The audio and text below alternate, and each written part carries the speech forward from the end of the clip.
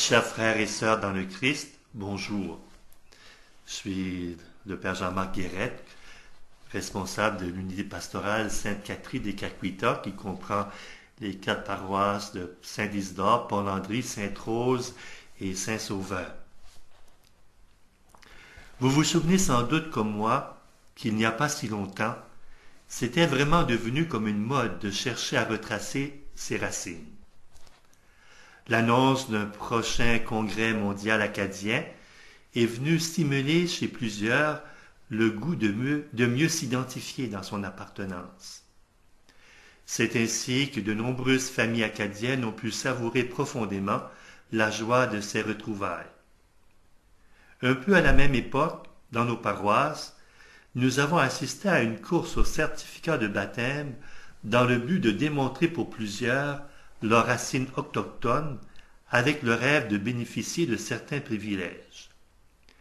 Tout ce climat de curiosité et de recherche a donné le jour à de nombreuses publications de manuels de généalogie. Or, vous remarquez ce matin que l'on parlait déjà d'arbres généalogiques à l'époque du prophète Isaïe. Car c'est bien de cela qu'il s'agit en ce deuxième dimanche de l'Avent, quand le prophète parle de la racine de Jessé. D'ailleurs, je sais que plusieurs paroisses ont justement transformé leur traditionnelle couronne de l'Avent avec une belle souche de nos côtes ou de nos forêts. Notre service diocésain de liturgie, lors de sa grande assemblée du 2 novembre dernier, a présenté 2 suggestions de ce visuel possible pour cet Avent 2013. Or, pourquoi une telle racine dans nos sanctuaires? Justement, nous en trouvons la réponse dans la première lecture de ce dimanche. Qui est donc ce Jessé? Il s'agit du père du plus jeune de ses 8 fils, le célèbre roi David. Nous sommes donc à plein dans la dynastie de ce roi David, cet ancêtre d'une longue lignée que l'on représente souvent comme un arbre promis à un grand avenir. Nos racines peuvent parfois nous faire rêver, nous redresser les chines avec fierté, surtout lorsque nous avons toutes les raisons d'admirer chez nos ancêtres ou dans notre lignée des personnages d'une remarquable dignité, avec des qualités enviables et d'étonnantes réalisations. Mais il arrive aussi malheureusement parfois d'être un peu déçus. Nous voudrions ignorer les faits et gestes de certains de nos proches qui nous forcent à l'humilité. Eh bien, c'est pourtant dans ce monde bien concret que celui que nous attendons a voulu s'enraciner.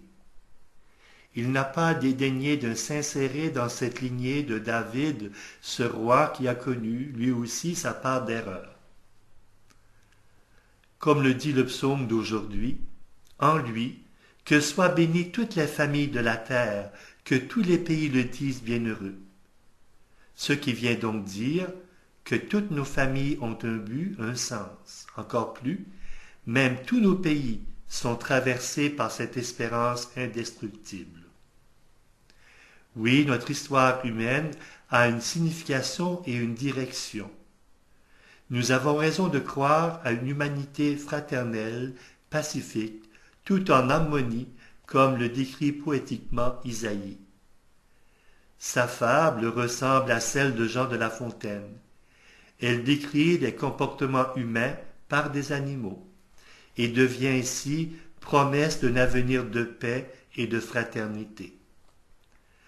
Ce n'est donc pas pour rien, on le sait, que le nom même de Jérusalem, en hébreu, veut dire « ville de paix », comme Bagdad en Irak et Dar es Salaam en Tanzanie veulent dire « demeure de paix ». Tous les peuples, dans le fond, rêvent depuis toujours à cette justice et à cette paix. Voilà encore une affirmation de force incroyable, une audace de la Bible de déclarer contre vent et marée, contre toutes les apparences contraires, qu'un jour de paix viendra. Et comme justice et paix vont ensemble, justice et paix s'embrassent, dira même le psaume. Quelle magnifique et audacieuse prière que ce psaume. Quand nous prions ainsi, nous apprenons à regarder le monde avec les yeux de Dieu.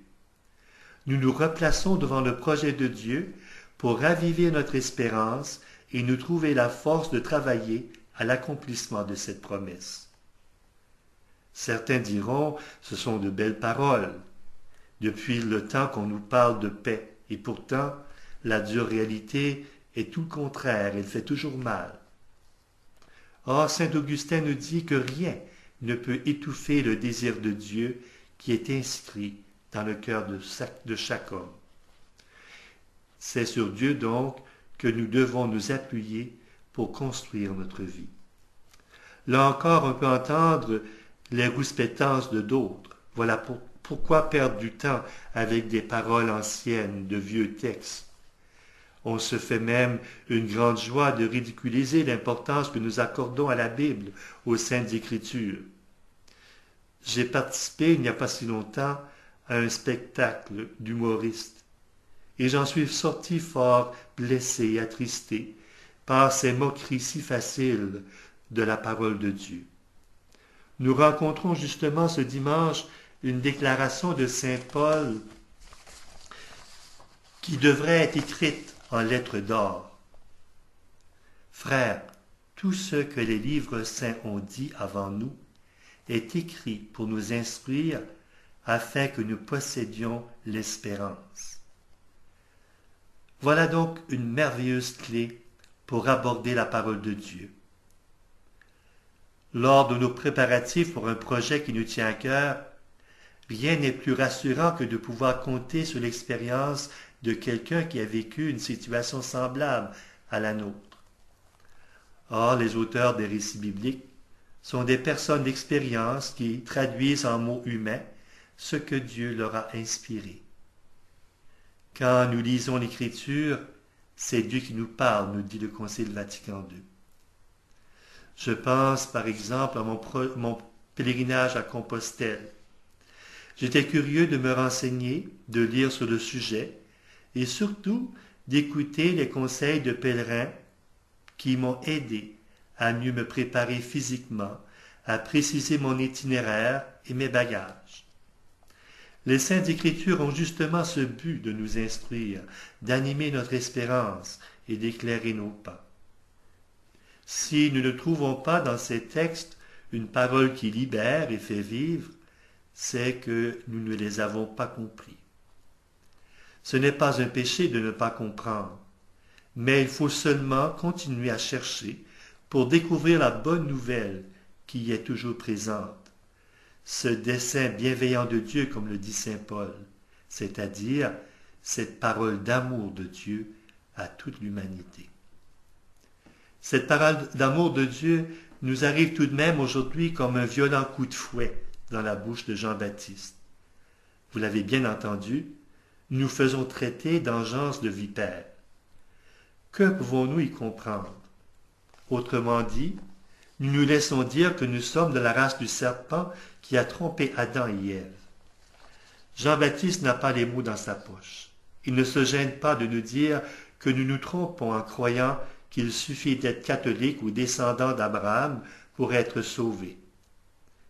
Oui, vous vous trompez, précise-t-il, quand vous croyez être sauvé sans avoir à vous convertir, sans changer de vie, car c'est au fruit que vous porterez qu'on reconnaîtra que vous êtes les enfants de Dieu.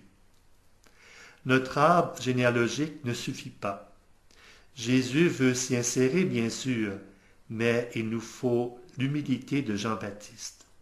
Lui qui n'hésite pas à avouer qu'il ne mérite pas d'être considéré comme un disciple de Jésus, même pas comme son esclave pour dénouer ses sandales. Ce temps de l'Avent nous invite, on le sait, à marcher dans la lumière du Seigneur. Notre thème est clair, marchons à la lumière du Seigneur.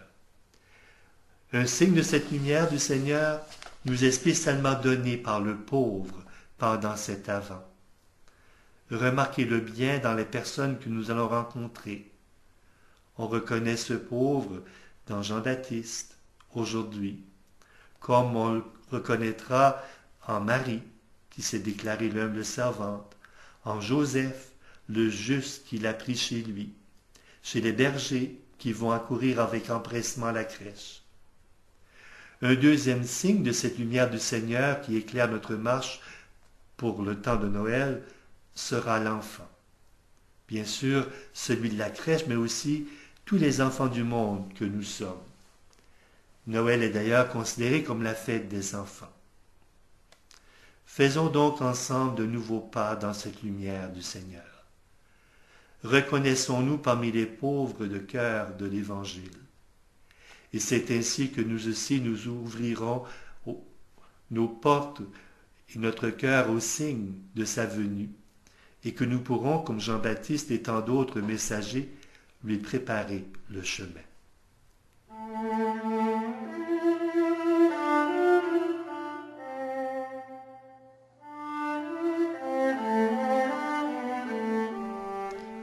Dieu notre Père, tu fais de nous des fils et des filles de lumière.